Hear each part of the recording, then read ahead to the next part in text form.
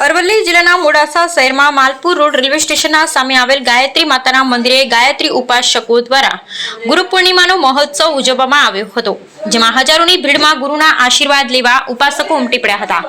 ત્યારે એવું કહેવાય છે કે ગાયત્રી પરિવારના જનક પૂજ્ય ગુરુદેવ શ્રી રામ શર્મા આચાર્યજી સમગ્ર વિશ્વના માનવજાત માટે એક અભિયાન ચલાવતું હતું, જેને 100 વર્ષ થવા જઈ રહ્યા છે। ત્યારે ગાયત્રી પરિવારમાં 100 કરોડ કરતાં પણ વધુ શિષ્યો તેમના આદેશ મુજબ કામ કરી રહ્યા છે, તો તેવા ગુરુની આજે સમગ્ર વિશ્વમાં તથા ભારતભરમાં ઉજવણી થઈ રહી છે। તેના ભાગરૂપે અરવલ્લી જિલ્લાના મોડાસામાં પણ છેલ્લા 5 દિવસથી ગુરુ પૂર્ણિમાનો કાર્યક્રમ યોજાઈ રહ્યો છે।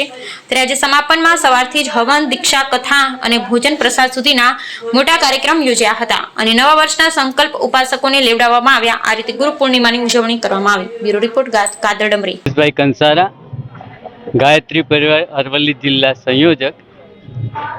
ગાયત્રી પરિવારના જનક પૂજ્ય ગુરુદેવ પંડિત શ્રી રામ શર્મા આચાર્યજીએ સમગ્ર વિશ્વના માનવ જાત માટે અભિયાન ચલાવ્યું। ગાયત્રી પરિવાર એને 100 વર્ષ થવા જઈ રહ્યા છે।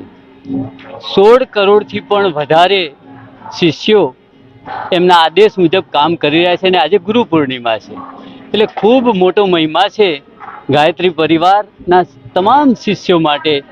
આમ તો જન માટે એમને ચિંતા કરી છે અને ગાયત્રી પરિવારના તમામ શિષ્યો ભેખ ધરી અને જન માટે સુધારાત્મક, રચનાત્મક અને સાધનાત્મક અભિયાન ચલાવી માનવ માત્રને સન્માર્ગ પર લાવવા, સારા કાર્યોમાં વાળવા માટે સતત પ્રયાસ કરી રહ્યા છે। આજે ગુરુ પૂર્ણિમા પર મોડાસા ખાતે 5 દિવસથી 6 તારીખથી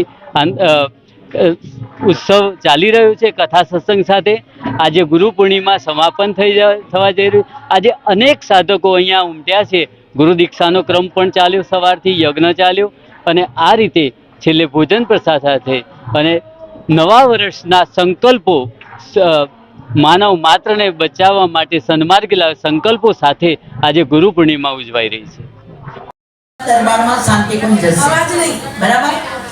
અવાજ નહીં, તમારી જાતે ફૂલચો કરે એ બધું જ ગુરુના દરબારમાં જશે, કારણ કે મેરા મુજમે કુછ